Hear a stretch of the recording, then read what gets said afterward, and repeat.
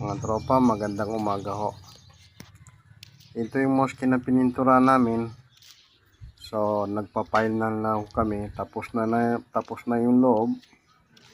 Ang kulang na lang yung sa labas. Tapos yung flooring, preparasyon pa lang yan. Ginagawa pa lang yan.